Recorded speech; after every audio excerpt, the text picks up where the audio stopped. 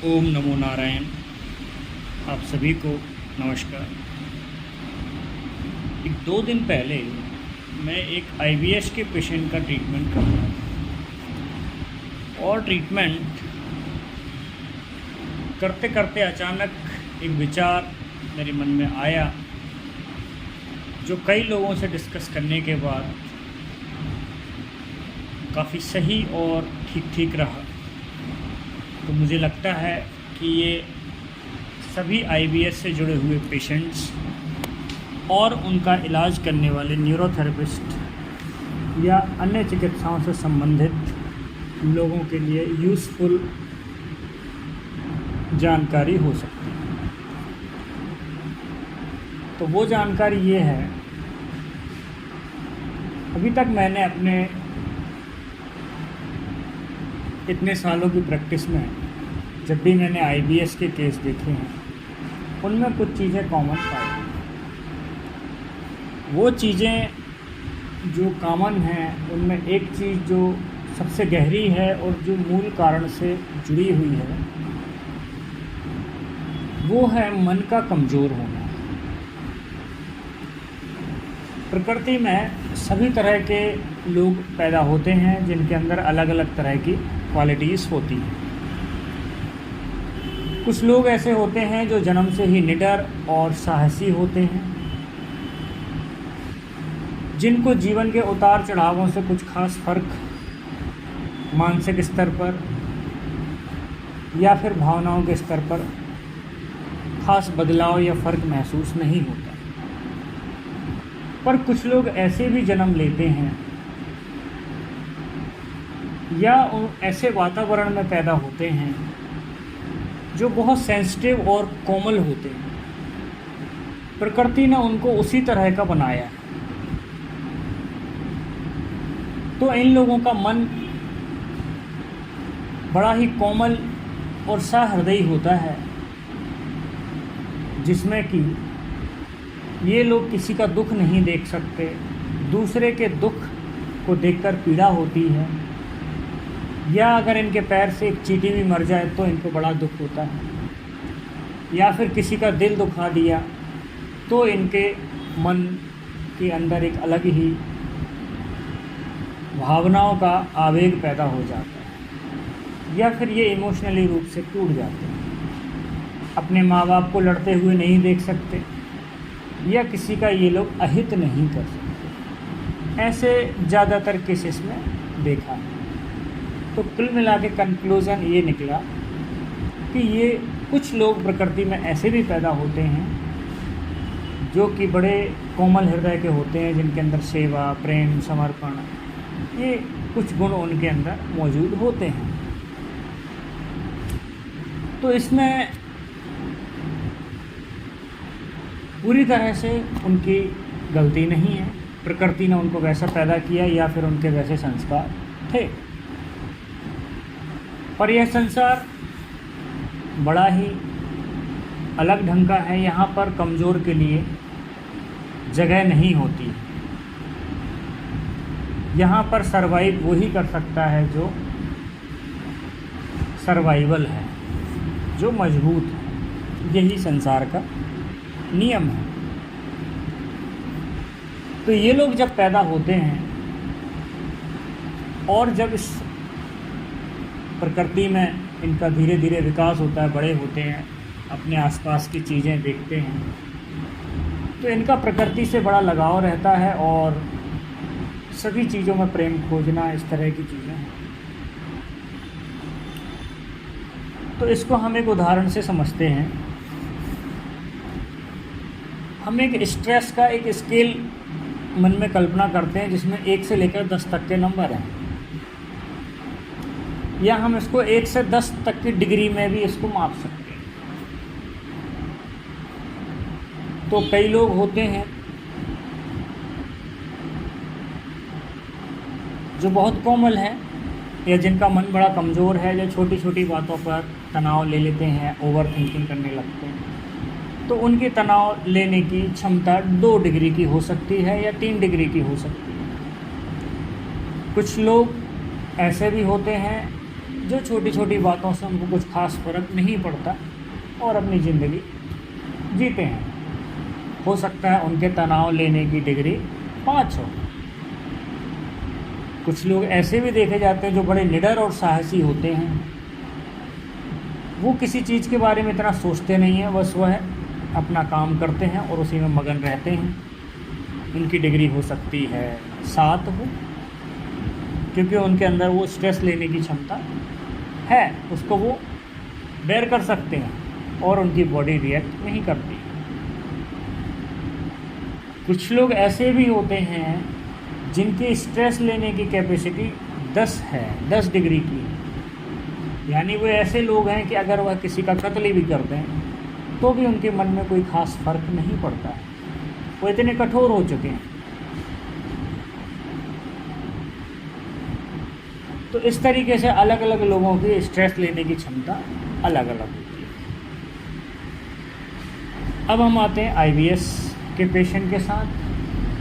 तो IBS patient में हमने देखा है इनके जीवन काल में इनको या तो बचपन में या अभी जिस ज़िंदगी में यह जी रहे हैं उसमें किसी न किसी तरह का साइकोलॉजिकल ट्रॉमा हो या कुछ इंसिडेंट ऐसे हो जाते हैं इनकी ज़िंदगी में कि जितना वह स्ट्रेस नहीं ले सकते उससे ज़्यादा स्ट्रेस उनकी ज़िंदगी में है, जिससे उनका मन और शरीर उसको नहीं झेल पाता है, जिसके कारण उनका डाइजेशन ख़राब हो जाता है, मन व्यथित हो जाता है और कई लोग इससे इतने परेशान हो जाते हैं कि सुसाइड भी कर लेते हैं, क्योंकि जो खाना खाना चाहिए वो खा नहीं पाते हैं, खाना पचता नहीं है, कभी लूज मोशन, कभी कॉन्स्टिपेशन। तो इस तरह उनके जीवन में बड़ी उथल पुथल बड़ी रहती। तो ये एक चीज़ है जो इन लोगों के साथ घटती है कि इनके अंदर स्ट्रेस लेने की कैपेसिटी कम हो जाती है और खाने के प्रति डर इनके अंदर पैदा हो जाता है, क्योंकि वो उस चीज़ से गुजरे हैं। किसी चीज़ खाने से उनको परेशानी होती है तो कोई भी इंसान नेचुरली जिस चीज़ से उसको दर्द होता है वो उस चीज़ के नज़दीक नहीं जाएगा या उसको वो ट्राई नहीं करना चाहेगा। फॉर एग्ज़ाम्पल, आग से हाथ जलता है तो एक बार हाथ जल चुका है तो दूसरी बार आदमी आग में हाथ डालने से पहले 10 बार सोचेगा। तो यही होता है इन लोगों के साथ। जब अलग अलग तरह के यह खाना खाते हैं या खाने की सामग्री लेते हैं उसका अलग अलग प्रभाव इनके शरीर पे होता है और उसके आधार पर इनके नेगेटिव प्रभावों के आधार पर ये एक एक चीज़ को छोड़ते चले जाते हैं। कई बार क्या होता है अंत में सिर्फ 1 या 2 चीज़ें ही बचती हैं जिनको खाकर ये बस सरवाइव करते रहते हैं, बस एक ज़िंदा लाश की तरह या ज़िंदा रहते हैं बस। और ये बीमारी ना तो कोई डॉक्टर समझ पाता है ना घर वाले समझ पाते हैं। घर वालों को भी आप नहीं समझा पाएंगे, आपको लगेगा बाहर से तो शरीर एकदम नॉर्मल है, बस वज़न ही कम हुआ है या वज़न बढ़ा है, पर अंदर पेट में क्या चल रहा है वो आप किसी को समझा नहीं सकते। वो डॉक्टर भी नहीं समझेगा, आप चाहे कोई रिपोर्ट करा लीजिए, स्कैनिंग करा लीजिए, एंडोस्कोपी, कोलोनोस्कोपी, जो भी चीज़ आपको कराना है वो आप करा लेते हैं, पर उसमें कुछ मिलता नहीं। तो अब आते हैं इस बीमारी से छुटकारा कैसे मिलेगा इन लोगों को। बहुत सारे ट्रीटमेंट हैं, उसमें से एक न्यूरोथेरेपी ट्रीटमेंट भी है जिसका सहारा लेकर आज लाखों लोग अपनी बीमारियों से मुक्त हो रहे हैं। और इसमें जो मूल कारण है वो है तनाव लेने की क्षमता या तनाव झेलने की क्षमता का कम होना। तो उसके लिए ऐसे लोगों को अपने खाने से ज़्यादा अपने मन पर काम करने की ज़रूरत है। ऐसी एक्टिविटी करने की ज़रूरत है जिससे इनका मन मजबूत बने। पर जब तक मन मजबूत ना बने तब तक घर में ऐसा माहौल रखना चाहिए ताकि जिससे इनके मन को कम से कम चोट लगे और यह अपने को हील कर पाए। लेकिन एक चोट हील नहीं होती, उसके बाद उसके ही ठीक पहले दूसरी चोट लग जाती है। इस तरीके से मन पे कई तरह के घाव हो जाते हैं और आदमी धीरे धीरे बिखरता चला जाता है।